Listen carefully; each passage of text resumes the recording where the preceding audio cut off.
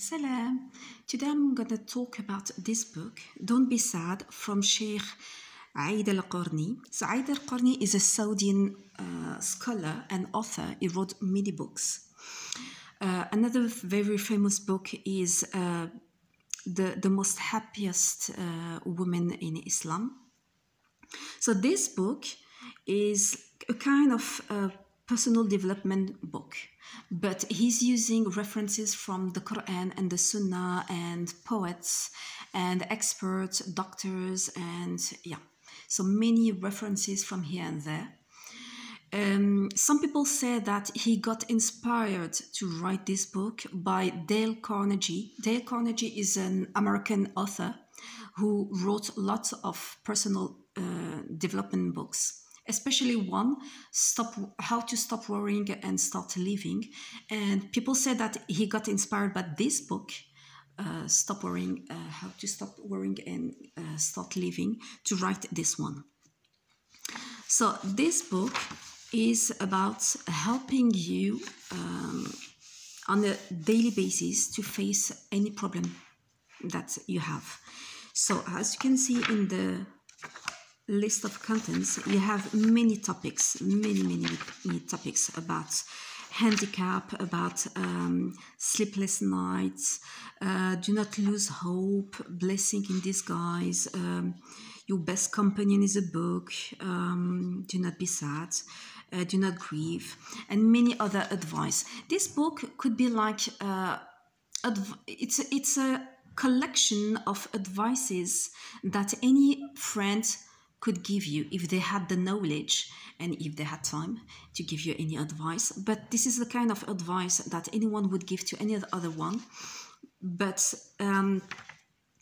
these advices are based on verses from the Quran, or some stories from Sahaba, or some quote from poets, or some explanation given by some doctors or some experts in any field. So how do you read this book? You don't read it like you read a novel straight, no. You just pick some topics. So either you pick some topic here, you just have a look at the table of contents, and if there's any topic, you just go straight to the topic and read it. Or you can just start from the beginning and just start reading the first one. But the most important thing is that you need to meditate on every single topic. Don't just read it to read it. You need to make the connection with your life and to ask yourself, what can I do to face the problem? What can I do? What kind of solution can I use? Every time you read one topic, you need to make the connection with your own life. Otherwise, it's not going to help you. Like I said, it's not a novel.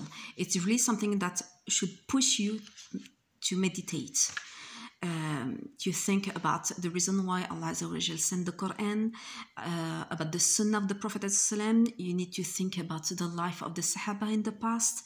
You need to understand the reason why you're on earth.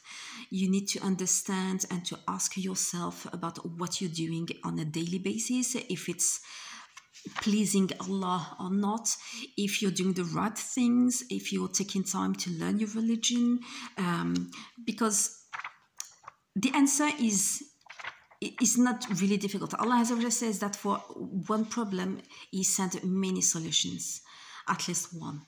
So you just need to find it, but you need to take time to think, to reflect on it. So this book is available on Amazon if you want to buy it.